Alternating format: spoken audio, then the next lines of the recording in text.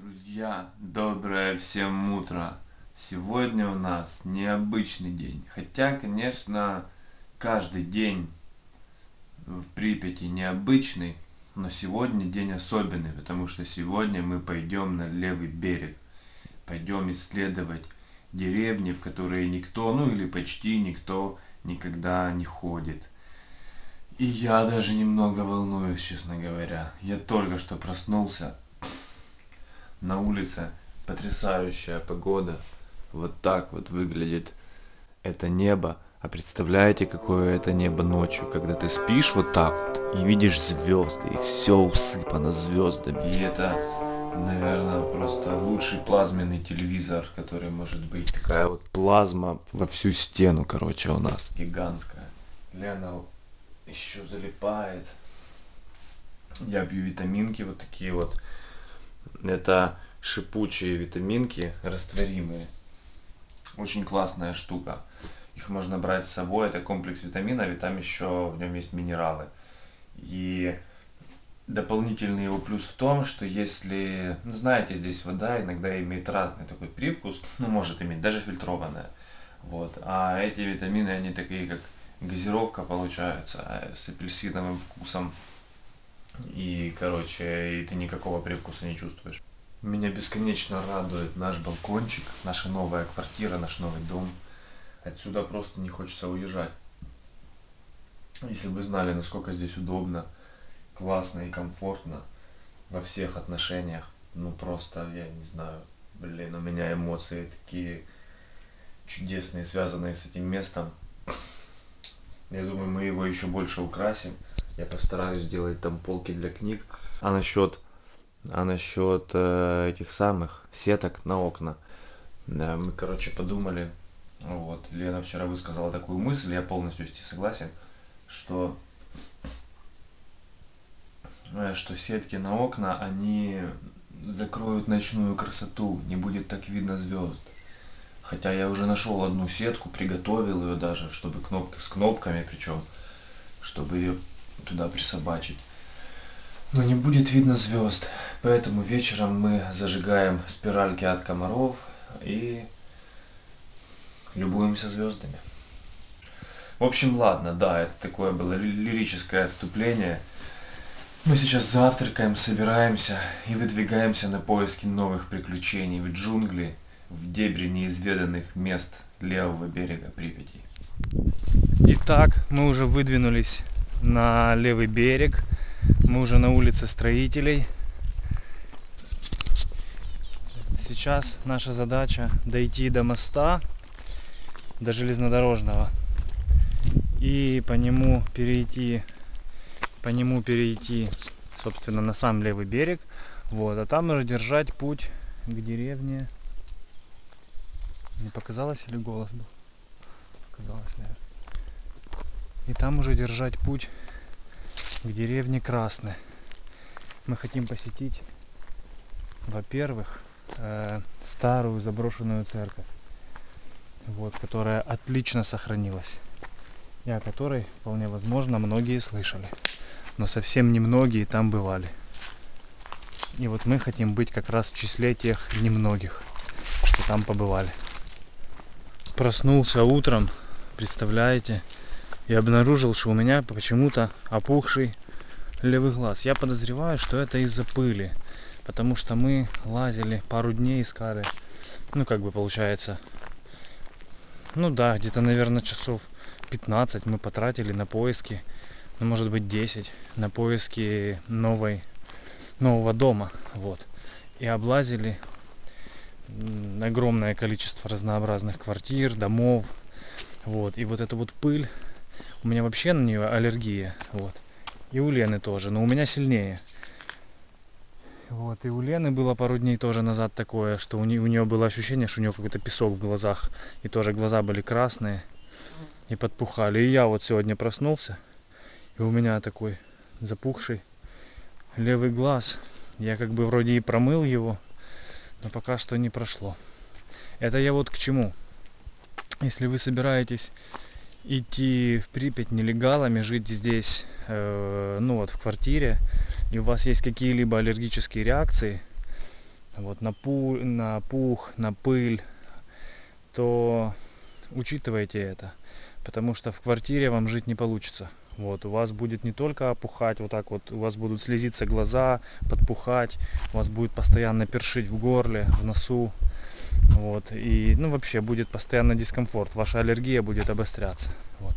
Собственно, поэтому мы вот и выбираем балконы постоянно, чтобы наши дыхательные пути, глаза, нос были в чистоте и не подвергались лишнему воздействию негативному. Мы идем на железнодорожный мост и решили в этот раз обойти песчаное плато. Вот, как видите, мы его проходим, мы его обойдем по краю, там есть тропа. Вот, выйдем на асфальт. Можно пойти было другим путем, можно было пойти через гаражи, вот, но таким путем мы уже ходили. Вот, и таким путем мы ходили, когда проникали на 5-й энергоблок. Вот, видео об этом я вам крайне рекомендую найти на канале и посмотреть. Вот, вполне возможно, я еще оставлю ссылку в описании, если не забуду.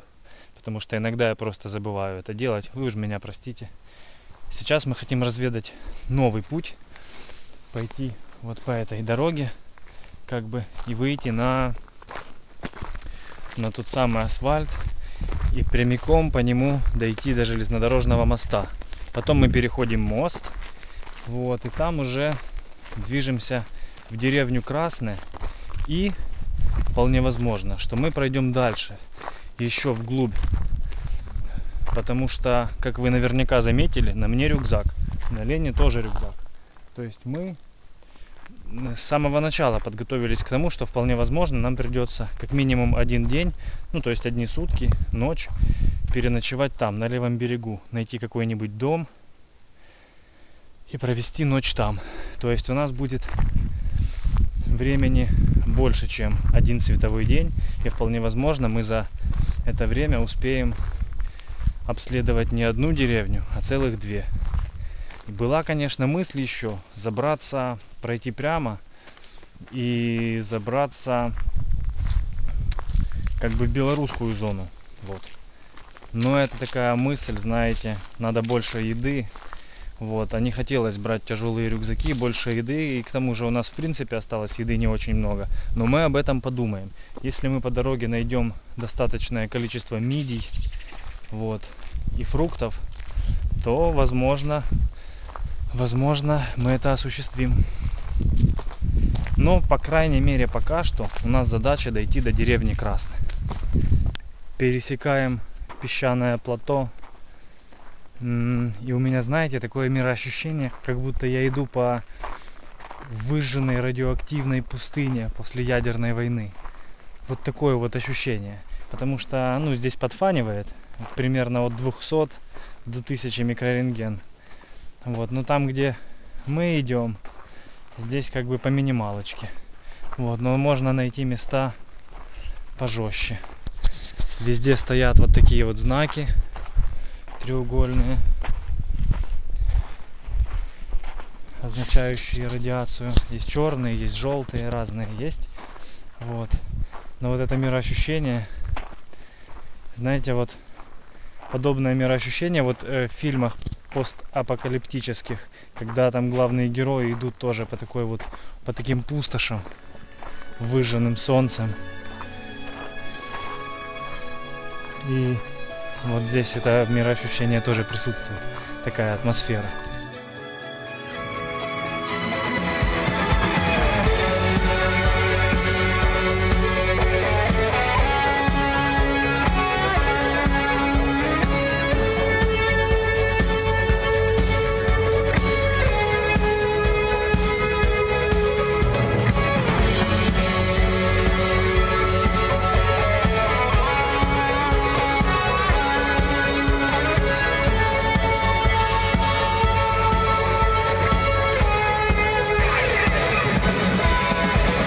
Прошли мы песчаное плато достаточно быстро, минут за 15, не больше. И фон здесь местами, как говорят, достигает 2 миллирентген.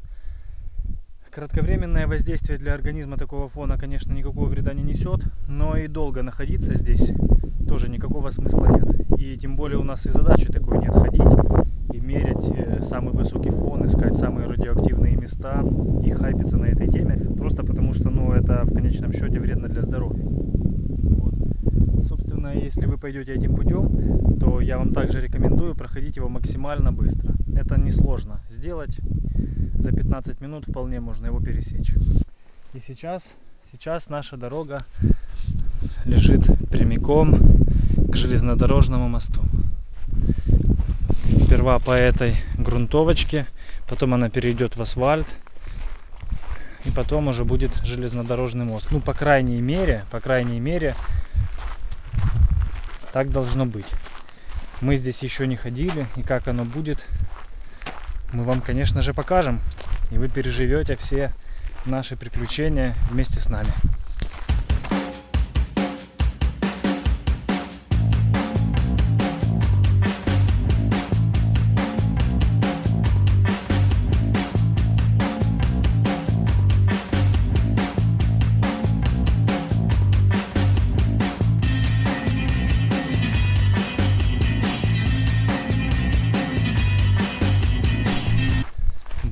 Движемся мы. Бутылочка. Походу водичка есть в бутылочке. Странно. Что за водичка? Я приколюсь, если это будет водка. Походу это какая-то водка.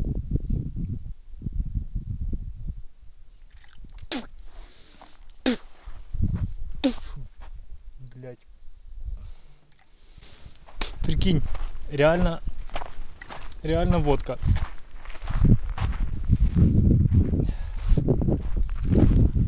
Понюхай. Угу. Блин, ребята, вы, наверное, не верите. Мы сейчас попробуем, сейчас подожгу ее.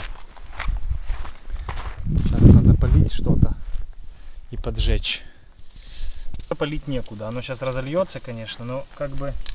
можно в крышечку. Вот так. Подойди чуть-чуть ближе. Вот так достаточно.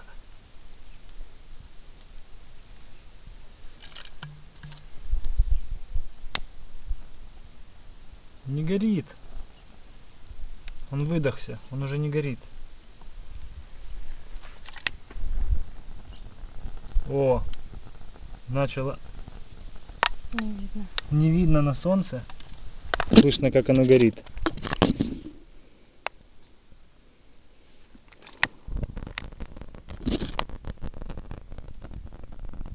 И жар идет. Угу.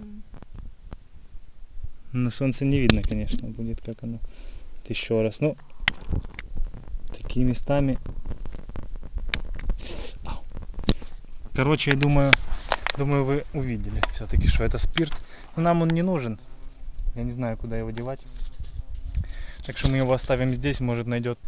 Лена предложила все-таки взять эти остатки с собой. Мало ли, вдруг будет дождь. И нам нужно будет разжечь сырые дрова. И будет у нас как раз капелька водки для этого.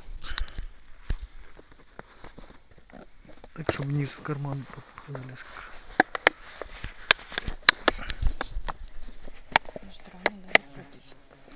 Ну я хорошо. Крышка, кстати, оно горело в крышке, этот спирт. Просто было не видно, и она поплавилась. Но я вроде закрутил. Ну, нормально. Ходим портовые краны. Очень яркое место. Видео о том, как мы на них залазили, тоже есть на канале. И я вам крайне рекомендую его посмотреть, конечно же. Потому что место действительно потрясающее. Такое чувство, что ты вылазишь просто на вершину мира, когда попадаешь вот на самый верх вот этого вот крана. Самый крайний кран, ну самый ближний к нам, он самый высокий получается. Ну, то есть он так стоит, что получается он самый высокий. А мы вот так вот идем прямо и выходим на асфальтную дорогу.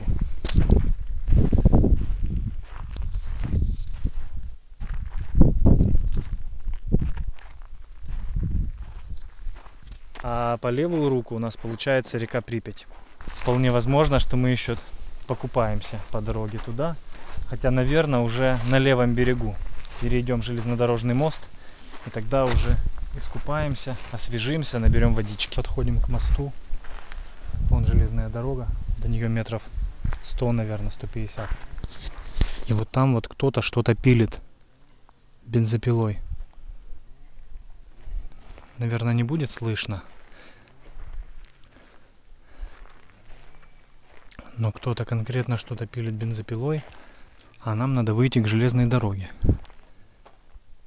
И непонятно, то ли он машину пытается завести, то ли мотоцикл, то ли пилит бензопилой дерево. Я думаю, мы сейчас вот по этому леску, да, Лена? Вот так вот по леску вот по этому обойдем, чтобы не по светлому, ну, чтобы нас не было видно. Обойдем по леску и выйдем на насыпь железной дороги. Вы уж простите меня, ребята, я не буду подходить вплотную и интересоваться, кто что там режет. Потому что для нас это может оказаться фатальной ошибкой, если нас спалят здесь. Так, ладно, давай ныряем в лес, потихонечку обойдем. Короче, мы решили идти прямиком, аккуратненько, тихонечко, потому что обходить по лесу, по этим джунглям тоже не хочется. А чувак этот вон там вот где-то за деревьями, он что-то пилит. Вот, я думаю, у нас все получится аккуратненько дойти, так чтобы он нас не увидел. Вот какая-то дорога уходит. Может, по ней попробовать? Хотя она, скорее всего, она идет к воде. Мы выйдем вот сейчас прямо к мосту, прямо на насыпь уже. Зацените, как близко реактор. Камера, объектив с широким углом до реактора, ну, меньше километра. Отсюда, я думаю, ну, километр максимум. Очень близко. Ну, собственно, мы уже здесь проходили. Когда шли на 5-й энергоблок.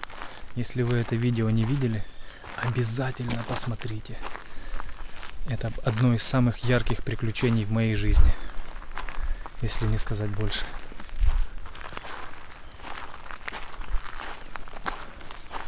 И не только в моей жизни, наверное, и в жизни Лены, и в жизни Влада, сталкера, которого мы встретили, и с которым мы вместе полезли на этот 5-й энергоблок и на градирню. Наверное, в их жизни это тоже одно из самых ярких приключений. Так что обязательно посмотрите это видео и поставьте ему лайк. Знаешь что? Это они пилят ветки, которые на пути типа свешиваются, ну, возможно, я так думаю, и мешают проезду. Вот, или могут в будущем помешать. Короче, чистят путь. Либо они косят траву, которая растет вдоль путей, начинает прорастать.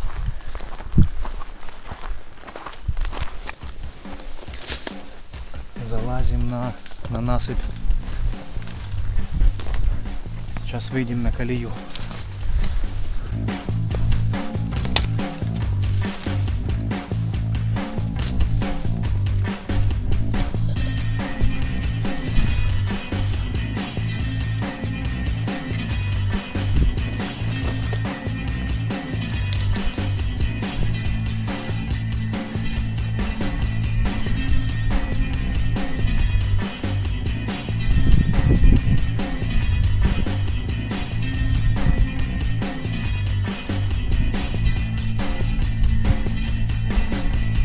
Прикиньте, это чуваки ходят, косят траву вдоль путей. Вон они один, как минимум одного я вижу. Он вроде меня не увидел.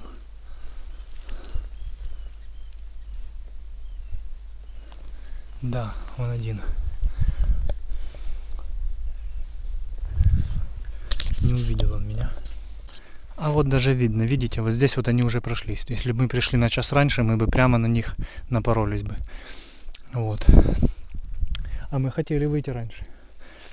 Видите, иногда иногда чуть-чуть задержаться, это тебя может спасти, короче. Потому что нам все равно пришлось бы втыкать в лесу и ждать, пока они тут закончат и пройдут дальше. Вот свежие спиленные ими ветви. Как бы то ни было, нам на... Бляха-муха. Он прямо вышел, короче. Что делать? Как же пройти, чтобы он нас не заметил? Походу едет электричка из Славутича.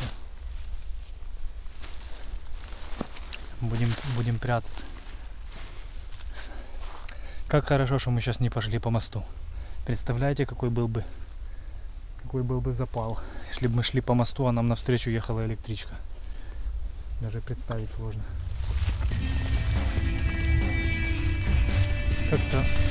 Как-то оно медленно едет, как для электрички. Такое чувство, что это такой, знаете, поезд, который ремонтирует пути. Промышленная, в общем, такая история. Да, это он и есть. Офигеть.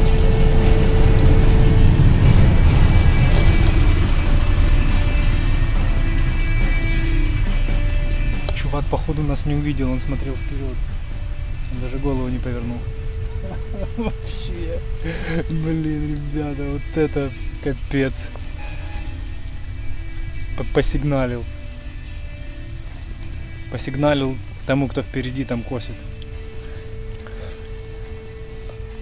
Фу. Ну что, я думаю, вот теперь как раз самое время выдвигаться через мост. Этот типок возвращается, короче. Я не знаю зачем.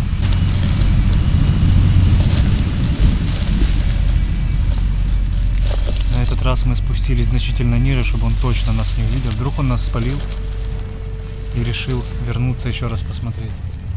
Блин, вот это нам, конечно, немножко не везет, скажем так. Почему они вот именно сегодня, именно сейчас решили делать свои вот эти вот путейные дела? Ёлки-палки. Может хотя как мы переплывем? Может он уехал дальше, вообще куда-то вдаль, на Славутич. Сейчас надо выйти посмотреть. Если это так, то мы ему сможем перейти.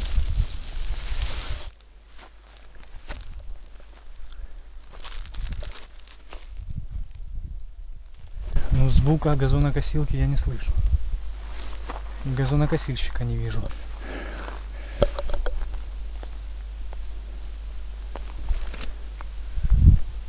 Он там остановился. Он остановился в конце моста. Он остановился в конце моста. Пока что. Я думаю, он сейчас там тоже кого-то заберет. Он, видимо, так. Он вернулся за газонокосильщиком, забрал его. Потом поехал дальше вперед. Сейчас там тоже кого-то заберет.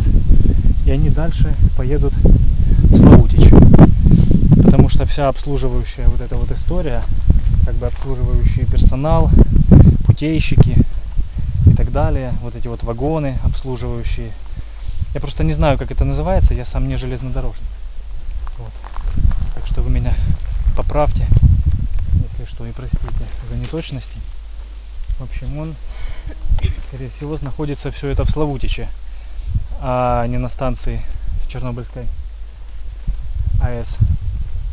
Так что наша задача еще немножко подождать, пока он окончательно уедет вдаль. Я не могу понять, он возвращается или уезжает. Но по нему мелькают тени. Мне кажется, что он возвращается опять. А зачем? Что-то он непонятное делает, этот чувак. Начинает уже подбешивать. Уже бы он определился, да, братцы? Скажите, уже бы определился. Уже ты или туда уже, или сюда уже. Куда-нибудь хотя бы уже приехал. А то ни туда и ни сюда. Мечется со стороны в сторону.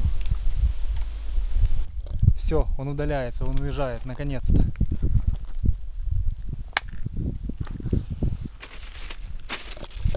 Дорога чиста.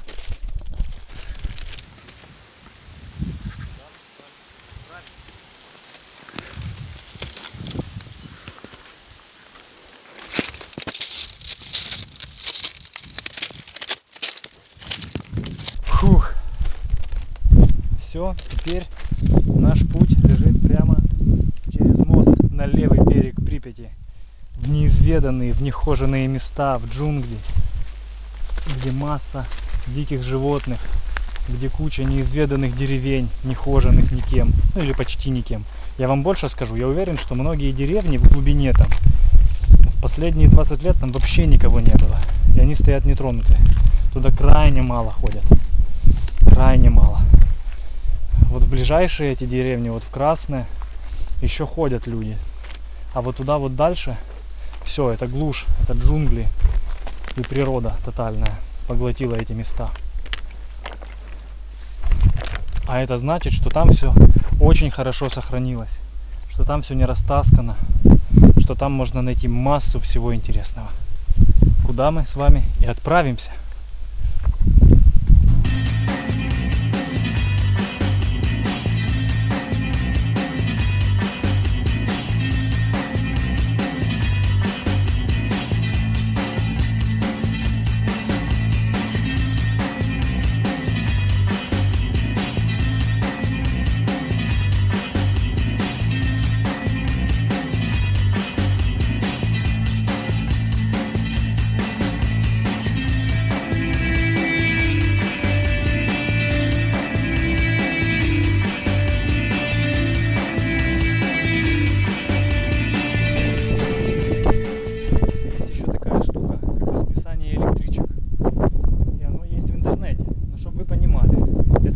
Я не знаю какой давности, оно сейчас очень сместилось и действительности не соответствует.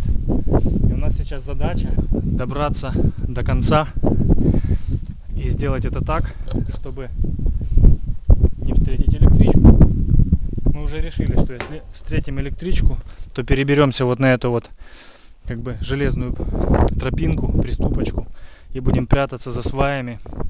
Других вариантов нет, потому что расписание, когда мы шли на 5-й энергоблок, мы встретили электричку, которой в расписании вообще нет. И мы поняли, что расписание, в общем, не работает. Так что сейчас мы полагаемся на скорость своих ног.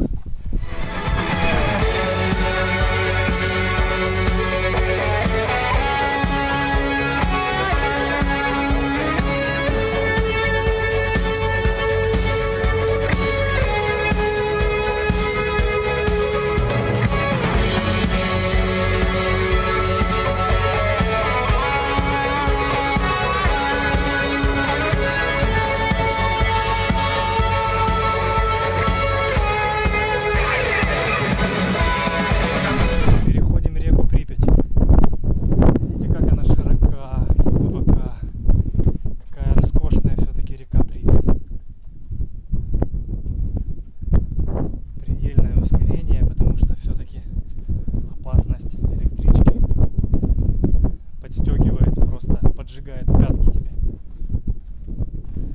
Да. Вид здесь просто, братцы, фантастический. Если едет электричка, можно еще по лестнице спуститься вот на эту вот бетонную штуку. Меня подмывает, конечно, залезть наверх. Но это просто как-то нет даже времени. Вдруг я залезу и электричка поедет. Так, ну что, мы перешли реку, и мы уже на левом берегу.